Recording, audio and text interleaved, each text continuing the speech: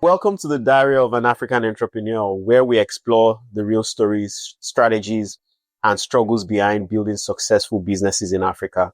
I'm your host, Deji Adebusoye. I'm a partner at Sahel Capital, sharing lessons from the front lines of African enterprises. Today, we'll be reviewing the diary of Disha Copreaux, the CEO of Redlands Roses. Redland Roses is a leading Kenyan flower farm established in 1996 in Ruiru, just outside Nairobi, Kenya.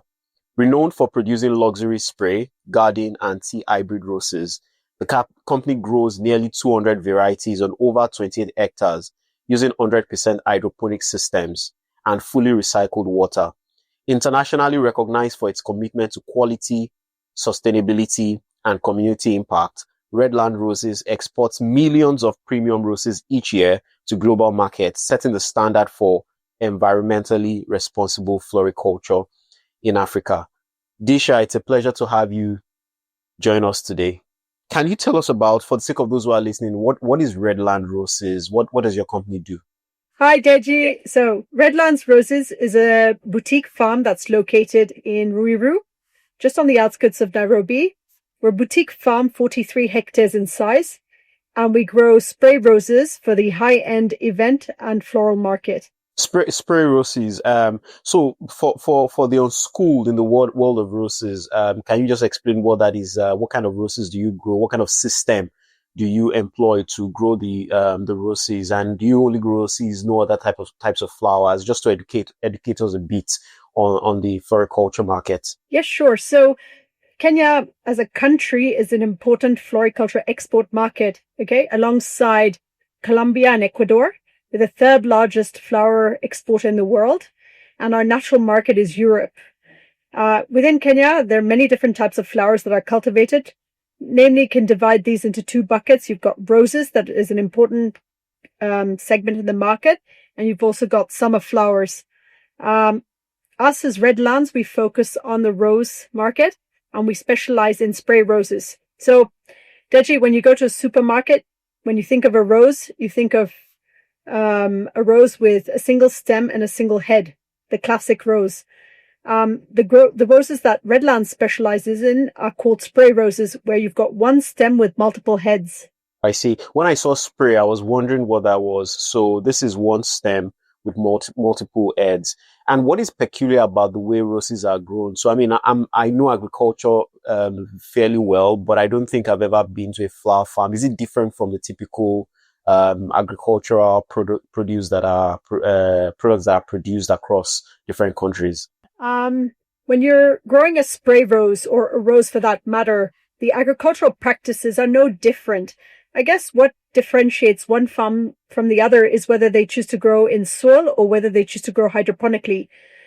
Redlands Roses is unique in that standpoint because we're one of, I would say, like a handful, if not the only farm growing hydroponically commercially.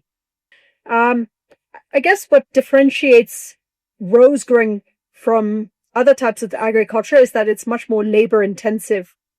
Whereas, arable agriculture is mechanized. Rose operations all require human labor. From the planting to the crop husbandry work to the harvesting, it's all done by human hand. Oh, I see. You can't apply mechanization because you would damage the flowers. It's actually a hot topic at the moment. For instance, a farm in Holland, rose growing also happens in Holland, albeit on a very small scale because they've got other challenges like rising energy costs. But greenhouses in Holland can be operated with 2 or 3 people because a lot of the operations are mechanized. Here in Kenya, our competitive edge is labor, and so we're doing a lot of those operations with human labor. I think in time to come, those operations will be mechanized. Okay, and that wouldn't affect the flowers. Just coming back to the subject of hydroponics, I've heard a lot about hydroponic farming across different parts of the world, and it's something that is new coming to Africa, and I've not really seen myself where it is being done at a commercial scale, just like you are describing now. So what do you think about the future of hydroponics farming in Africa? Do you think there are specific sectors like the floriculture sector that it's going to play a role in, or you think it's going to play a role in many other sectors in the agricultural sector?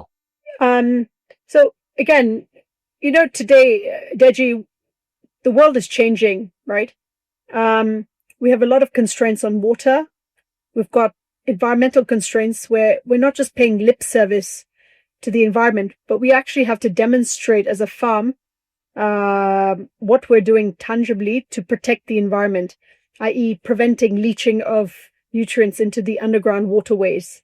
So environmental preservation is now a reality that needs to be factored into every business.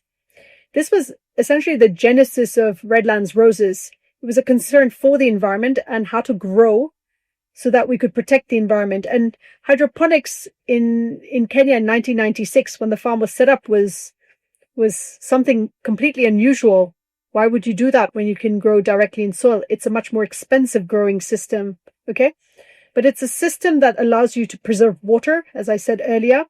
Whatever fertigation regime you're sending through the hydroponic growing system is, passed through the plants. They uptake what they need to.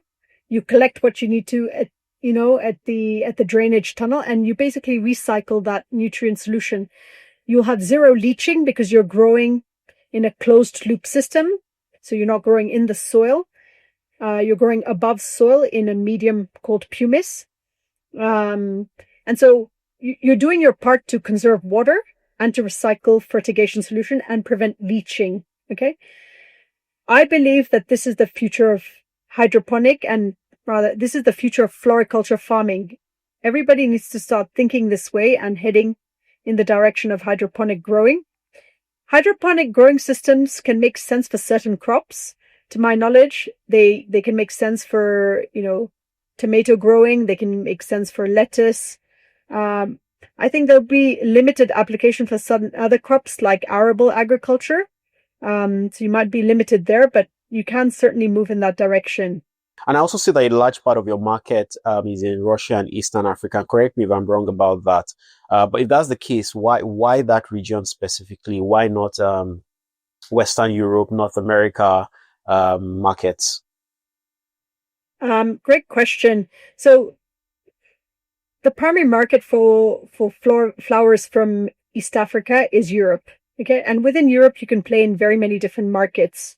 When you think about the segment that we're playing in, high-end, luxury florists, you need to look for markets that appreciate the types of flowers that we're growing. The second thing is, so these markets are found mainly in Eastern Europe, starting with Poland, Czech Republic, Romania, and as you head east from that direction, so Ukraine, Belarus, and Russia. These countries also tend to have a very strong affiliation with flowers. It's part of their cultural life. It's not like in Western Europe where you give flowers once, twice a year maybe, as a gift to someone. Flowers in Eastern Europe play a very important part of their cultural daily life.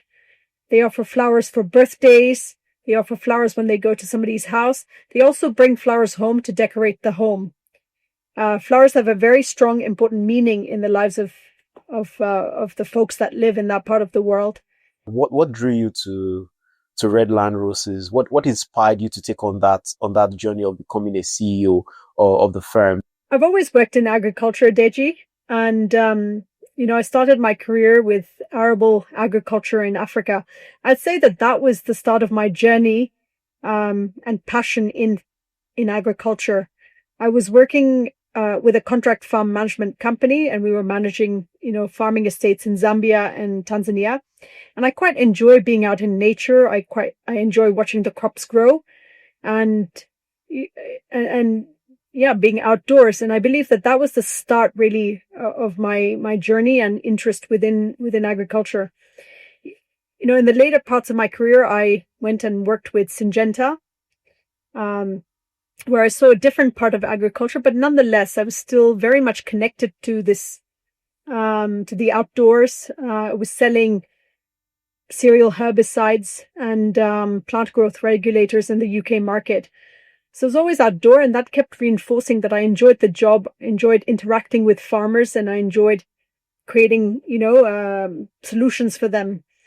How I got to the opportunity of Redlands Roses was I guess, a series of stars aligning, so to say. Through the course of my journey, I'd realized that I wanted to be an operator because I enjoy delivering results. Um, and, through the different opportunities that I got, I was really building myself up as an operator that could land anywhere, understand the context, and start delivering on the results. And what I mean by delivering results is delivering on a P&L. Okay. As an example, when I was at Syngenta UK, I was tasked with a £30 million cereal herbicide portfolio. I landed in the UK and we were in the season. So I had to figure out how to sell those products. And I had to figure out how to do that very quickly. I realized through that experience that I was very good at data analytics, finding trends in the market and finding gaps faster than, our competitors could. And I was able to deliver on my responsibilities. So when I returned back to Kenya in 2018, I didn't have opportunities to go back directly into agriculture, but I found other roles that could continue building my abilities as an operator and opportunities that could give me full P&L responsibility and not just top line responsibility. I found these opportunities not in agriculture, but in the tech sector, where you had, businesses being set up in the Silicon Savannah, very good founders that were raising, a lot of money, but they needed good operators to deliver on their vision. So I worked with the likes of M-Kopa, Coco Networks. I also worked for Jenga Tech Solutions Limited. And all this was to prove to myself that I could land back home in Kenya. I could speak Swahili, I could manage people, and I could deliver revenue and a bottom line. So I think staying true to what I wanted to be helped me get to the Redlands opportunity. What opened the door for me was a couple of things. So I'd like to talk about, number one, I went to Harvard Business School, have an MBA, and that could demonstrate basically my ability to be, a generalist in managing a business. I had already demonstrated that I was an effective operator. Now what I had to do was to convince a private equity company to take a bet on me that I was somebody that perhaps didn't have the CEO on her resume, but had the qualities that could, make me a good CEO, and that I just needed the private equity company to take a bet on me. How I was able to convince them was I went through the entire interview process alongside other candidates, but I was able to demonstrate when I was given one part of the assignment was to do a commercial due diligence, that I could read data better than any of the other candidates, and I could quickly grasp what was happening on the farm and make informed decisions. And I believe that this is what got me and I could also synthesize that information to a board of directors. And I believe that that's the catalyst that landed me the job at Redlands Roses. Very interesting. Would you say that the bet on you by the private equity firm has paid off? Yes, I would say that it has paid off very well for them. I think they found in me somebody that was very driven, somebody that has developed resilience, and somebody who's persevering. Yeah. No, so very interesting, Disha. You talked about the different stars aligning. You worked as an operator. You were responsible for top line, with Syngenta UK. You moved to Kenya. You did a lot in terms of the, driving bottom line growth. Looking at your role now as CEO of Redland Roses, if you're speaking to somebody who is aspiring to become the CEO of a company, which of your different experiences will you say, has been most pivotal in your ability to execute in your current capacity as CEO? I would say that the opportunity at Syngenta was quite instrumental in helping me to discover that I enjoy generating sales. The hunger to deliver on a given objective, right? It's what can you do to be better than somebody who's been in the same position and knows already what to do? How do you take on that challenge, not get, overwhelmed by it, and figure out how you're going to create an edge. I think I would boil it down to the hunger to deliver, the hunger for a target. And that's what the position at Syngenta UK allowed me to discover within myself. Nobody is born knowing what they want to do or what they're good at. It's a journey of discovery. As you land in certain contexts, you discover, oh, I actually quite like that. And learning how to be smarter than the market, learning how to read data. I believe that those were the things that, helped me to discover, oh, I quite like this. I can be good at it. I didn't realize that analyzing data was a valued skill set. I didn't realize, I didn't know what the terminology data-driven decision-making was when I was at Syngenta UK. Yet that's exactly what I was doing. I was trying to figure out, how am I going to be smart at selling? How am I going to make use of all the data that I have available? How can I analyze that? How can I know what the trend is of a specific pest, or, in my case, pest, which is a weed in my case, and what the growth is, figure out that actually that pest is increasing within the UK. And so there is opportunity to make more money by ordering more stock.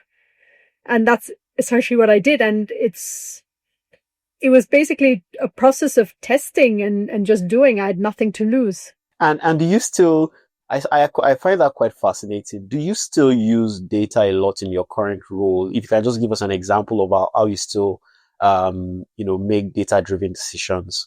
I believe that one of my successes at Redlands Roses is my ability to harness all the data sets. I can give you with, 99% accuracy where I've shipped a specific stem from a specific greenhouse and to which customer it went.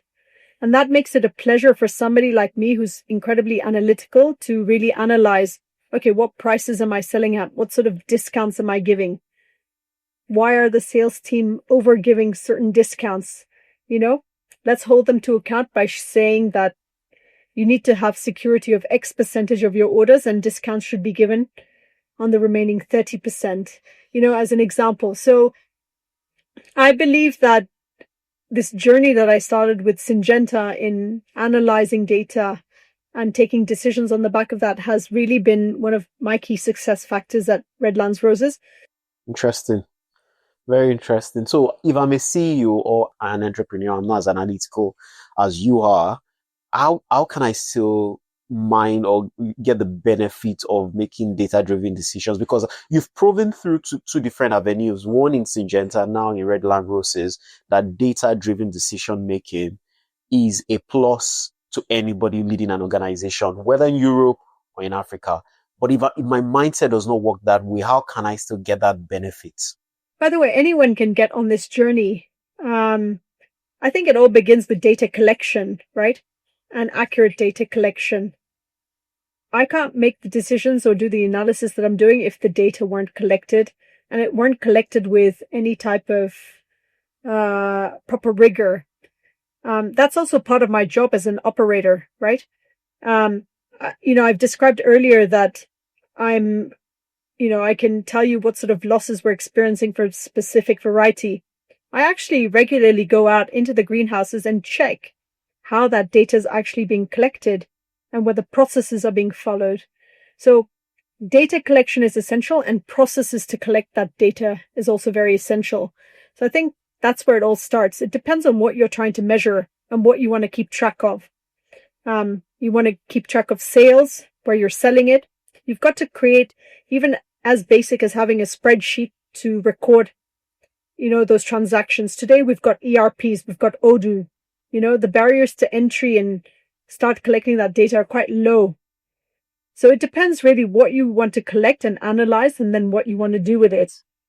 And I believe in terms of the second step, our journey to basically visualize these dashboards was all the more simple because we had the data available. It was a simple matter of getting a software engineer to basically understand what sort of data sets were available and what we wanted to visualize. Once you define that, the visualization process is very simple. And I think, Deji, today with AI, this is going to get even more simple, where you don't even need that software engineer. and you can define, perhaps through an AI agent, what you want to have visualized, and that can be done. One of the things you touched on earlier today, and when we spoke last, is the fact that every single day you actually visit, your outpost to see what is happening there. So, can you walk us through what a day your life looks like from the beginning to the end? My day starts very early in the morning. It starts on a typical day, it starts at 4:45 in the morning. I have a gym session in the morning between 5 and 6 a.m. So I start my day with sport, and then I start to get ready, and I leave the house by 7 a.m. with my oldest daughter. I drop her to school. And once I've dropped her off to school, I make my 1 hour journey to the farm. When I get to the farm, a couple of things can happen on a typical day. I'll have one-to-one catch-ups with my direct reports, because I check in with them once a week. And they're all spread out through the week, so I have enough time to be with them to understand what they're up to during the week, what challenges they're facing, and how best to support them. What I've learned through that process is fast decision making, so as to not be the bottleneck for them to progress on deliverables. I'll also make time to go out and walk the farm. I'll always do a spot check in one of the key operating areas. Given that we're a high-end farm, highly process driven, it's really important to ensure the consistency and delivery of those processes.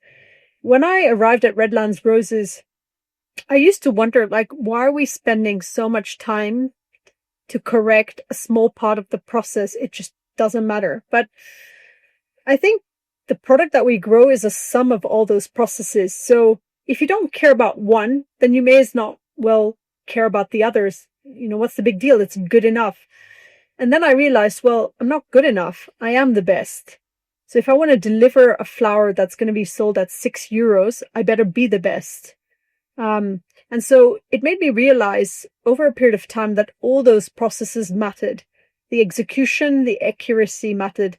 And that I needed to, in order to be successful, ensure that people within the farm, the operators, are executing those processes correctly. And the best way to do that is to go and visit the workstations.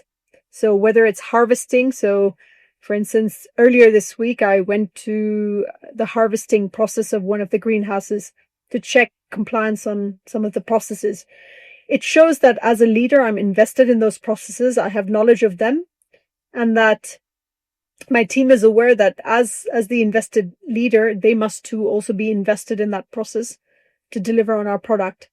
On other days, I'll go to the pre-cool intake room. This is the point at which the flowers are arriving to be taken into the cold room after the harvest process. And at each place that I go, I know I have a mental checklist of the things that I'm looking for, and to make sure that there's compliance. If there's not, I'll immediately flag that to the operational manager and make sure that that's that's factored into consideration to be corrected. And sometimes we'll also have sectional meetings. I drop into sectional meetings as I need to get a pulse check of the organization.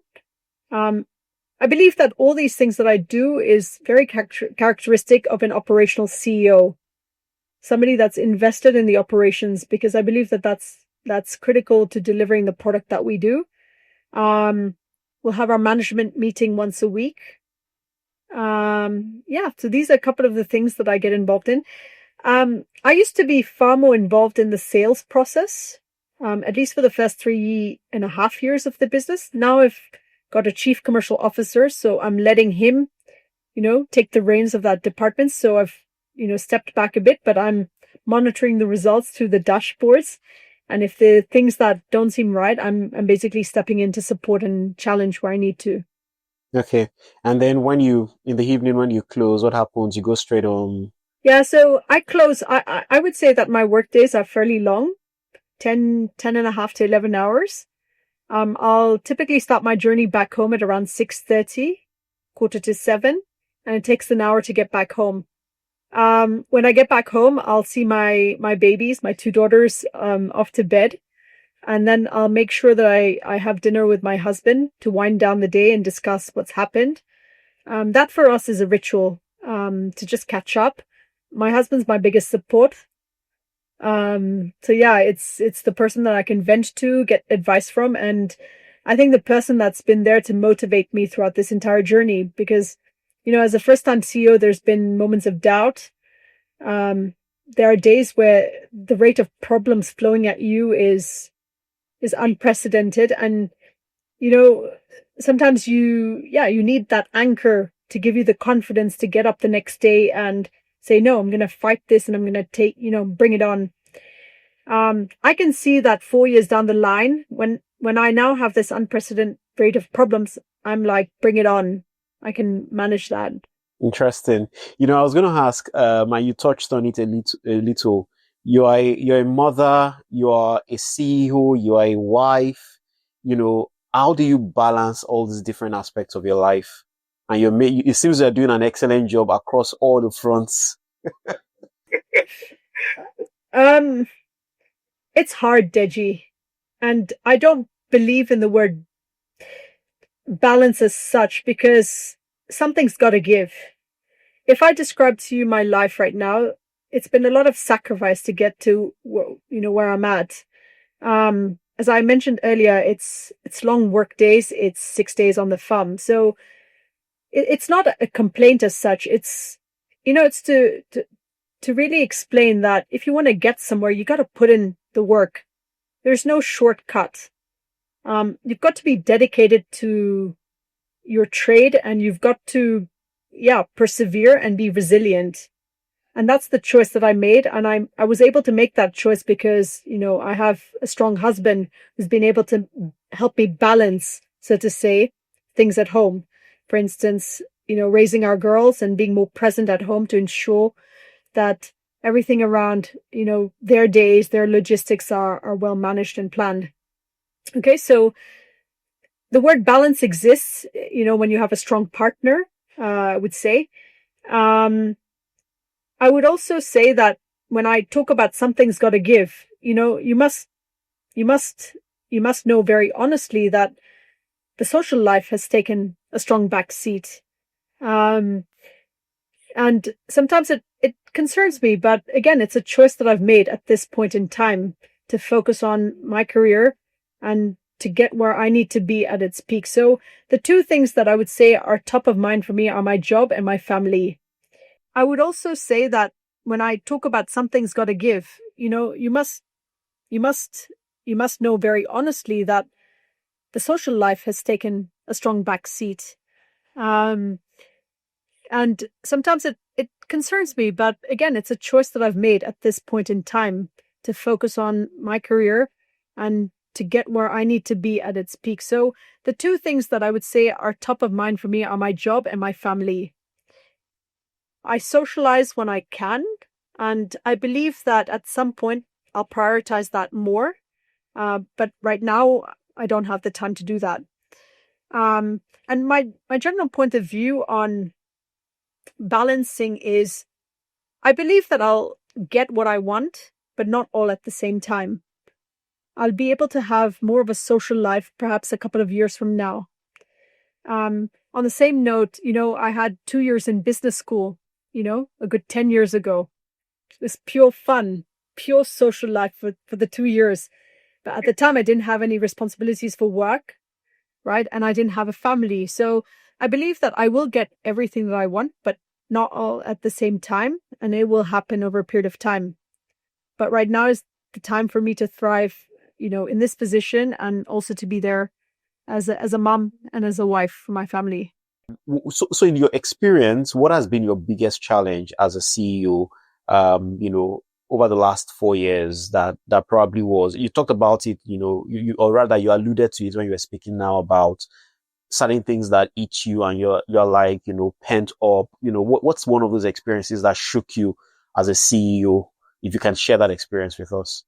What I'll do, Deji, is I'll share with you something that I struggled with when I joined Redlands. In the way that I'd been formed, I was always an adapter, in the sense that I would go into an organization and I would adapt to the context. And what that meant when I landed at Redlands Roses was I adapted to the context. I adapted to a highly micromanaged system, and I adapted also to the managers that were in place at the time. And so it took me quite some time to figure out that micromanagement is not going to achieve my objective, and that I need to get leverage through people. I need to get leverage through a management team. It wasn't the fault of the company, because that was the way that, the founders of that business that made it, by the way, very successful, had managed that business. But you see, the context was changing because we were going to scale the business. It's very different to do things on a smaller farm when you have to do everything and manage all processes and controls. To give you a sense, I was signing the leave forms of all 500 employees at the time. What? I was specifically reviewing all the invoices coming in. I was reviewing all the medical bills coming in. I was making all the payments. All these processes were controls that were adequate for the company at that point in time. But there was an expectation that I was going to continue doing those processes. But then I also questioned, well, what's the purpose of all the managers? And what's surely there must be systems and processes that should be put in place to generate controls differently. And I also then realized through that process that there were certain managers that were not picking up their weight for the job responsibility that they were conferred. And that would mean additional work burden on me. But again, I adapted, and I adapted for a good year and a half, because as a first-time CEO, I was too scared to fire anyone or to make the personnel changes that I needed.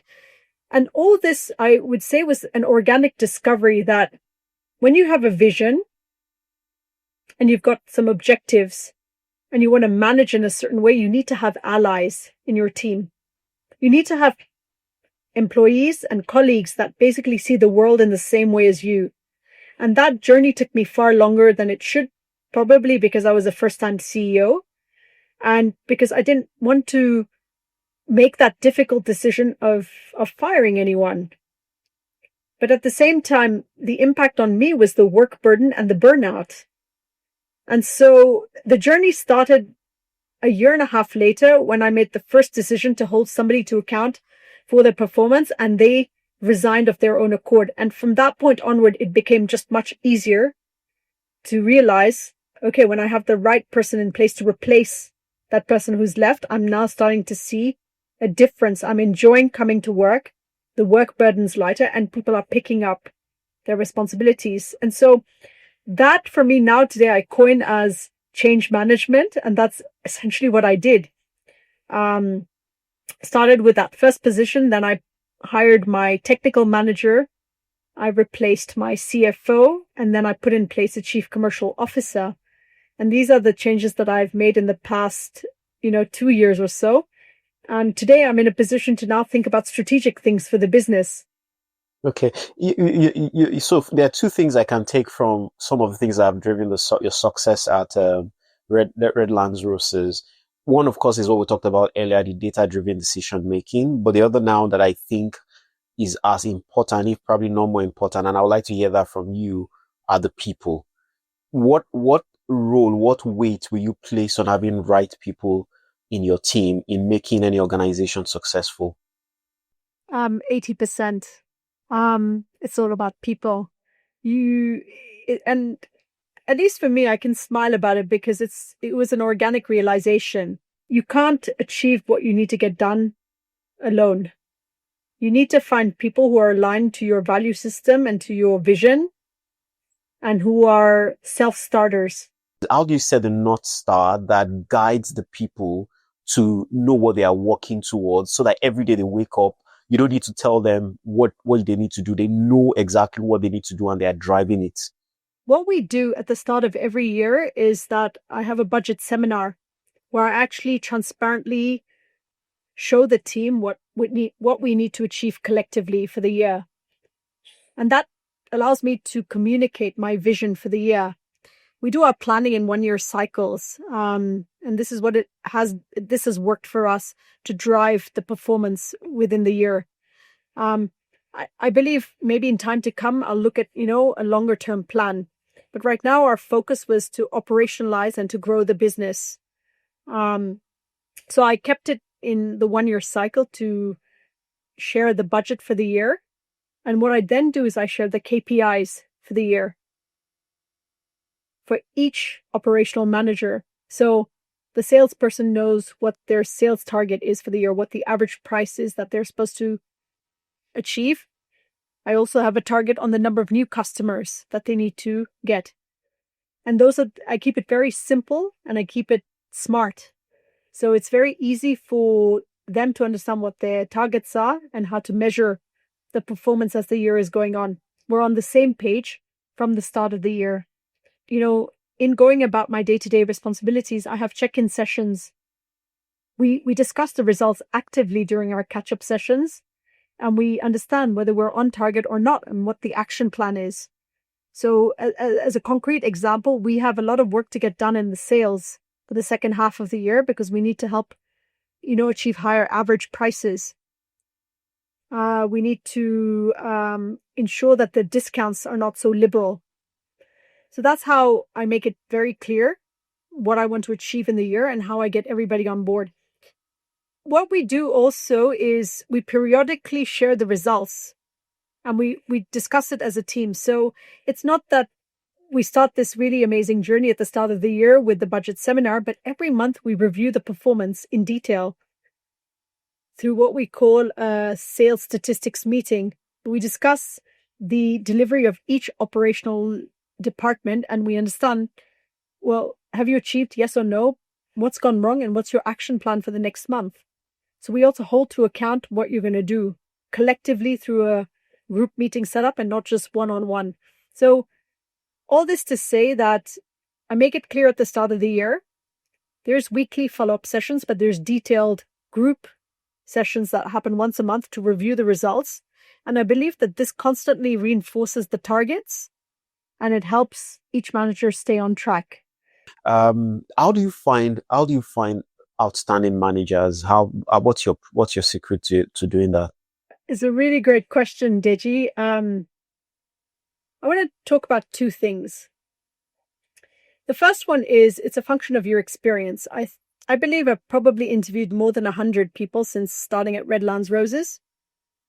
And I believe that if you're invested in the business, whether it be finance or the ops, as much as I have had the opportunity to be, you start to understand very well what you're looking for. And you're able to screen candidates better. You will make mistakes, and I have made, my fair share of mistakes, but with time and experience, you get better and you will eventually develop a gut feeling. And you need to listen to your gut. I didn't believe in this and I thought it was hogwash. But I've come to understand that the feeling that you have, sometimes it's important to listen to it. And the second thing that I'd like to talk to you about is we've now reached a really wonderful stage where we're attracting really good talent because of the brand name of the business. The brand is as a result of the product we produce, the customers we serve, the value we're creating. And what I'm finding is that we have people attracted to us as a brand that want to come and work with a young team. When I think about the change management part, the average age of our team is probably between 40 and 45, all our senior managers. So it's a young team. It's a fun team. And, people can see this from the outside, we're present at exhibitions. We have the flower exhibition happening in Kenya once a year, early June, called IFTEX. And, you could feel the brand. You can feel the energy of a brand. When we set up our stand, it's always the busiest stand. We've got majority of our team members, by virtue of us being close to Nairobi, that we involve in the exhibition. You can see a certain solidarity. You can feel what it might be to work at a brand from the outside. So I believe that we're at a stage where we're attracting talent because of this energy that we emit, and also because of the brand strength of Redlands Roses. Many people might not know you're a third generation Kenyan and you have deep roots in agriculture. Do you think that has played a role, in who you've become today, and how significant of a role has that played? Absolutely. I'd like to talk about my dad. He's a first generation entrepreneur and he set up a very successful commodities trading business on the continent. And it's only today that I can appreciate how tough his journey was. Setting up shop in the middle of, African countries, take Tanzania as an example, going in the middle of the bush, setting up, depots to collect surplus ag commodity from farmers, aggregating it, cleaning it, and then trading it, all in the absence of the internet, mobile phones. So you could, today as somebody who's, following independently on their own journey, I have a deep appreciation for the challenges and the growth journey that he had through that process, especially having zero guidance. He didn't come from an entrepreneurial family. He barely was able to finish, he managed to finish high school and was sponsored to do his first degree in India by his uncle. But his dad, for instance, didn't have the means, beyond that. So it was really up to him to decide what to do. So I believe that implicitly has played a very strong, I would say not even implicitly, I would say that directly has impacted me, subconsciously. I've heard the story many times and, it's only today that I can say, yes, I think that really helped to ensure that I myself was driven as an individual. So I credit my ability to relate to my team as a direct influence of that. The agricultural part, again, comes from him. And the drive also comes from him. What advice would you give to young African women who are aspiring to leadership? I think the main message I have for young women is be passionate about what you want to do and stay focused and resilient. It's the long game. It's going to feel hard at some points. It's going to feel extremely hard at other points, but keep persevering. Wake up the next day, do that 5 a.m. gym session and have the drive to get through the day, because eventually things will fall into place. And that's exactly what's happened for me. My last question. If you could write a diary entry to your younger self, just starting out, what would you say? Disha, get disciplined. The reason why I say that is I learned very late in life, and I learned only at my time at Syngenta when I was heading to almost 30 years of age, what it meant to live a life with constraints. What I mean by that is this is your salary, you live within your means, and B, these are the leave days you have, and all the basics about entering employment for the first time, I would say I learned very late in life. I was very lucky in the early parts of my career to have opportunities that exposed me, but didn't necessarily confer me the discipline of what it meant to be a good employee and a good professional for that matter. I started my career in the family business. Those were really good years of my life, and I'll never exchange them for anything. I got a lot of exposure. I got to meet presidents from every African country. I got the confidence to be able to speak with them about the work that we were doing at ETG. I got exposure, but I didn't necessarily get the discipline that I needed as somebody who was 21 years starting out in her career. And I'm going to talk about basic things like arriving to work at 8 a.m. instead of at 10 a.m. I didn't earn the luxury to come to work at 10 a.m., yet I was showing up to work at 10 a.m. Have you heard of any 21-year-old who's allowed to show up to work at 10 a.m. on their first job? I think the second thing was there was no concrete deliverables or job responsibility that was conferred to me. Again, that was because of the structure of the family business. And I believe that all of these things sort of made me a much better professional at the start of my career. I had a very comfortable option, right? To go back and work with the family business. What I discovered though, when I got to business school, right, was that I was missing a lot of the basics that my colleagues had to do when they were, starting out their first jobs. You know, you're about 4 or 5 years into your professional life when you arrive at business school. After business school, I landed in the UK and I was like, okay, just like everyone, I need to start applying for jobs. And so started applying for jobs and I started getting lots of rejections. McKinsey rejected me, BCG. I had Harvard on my resume, but I wasn't good enough. You know, you need a certain level of ambition, determination, and focus to get into those consultancies. I did all the prep work, but I just wasn't good enough. And then eventually I was lucky enough to get accepted at Syngenta. Okay. And that's how I entered the Syngenta system.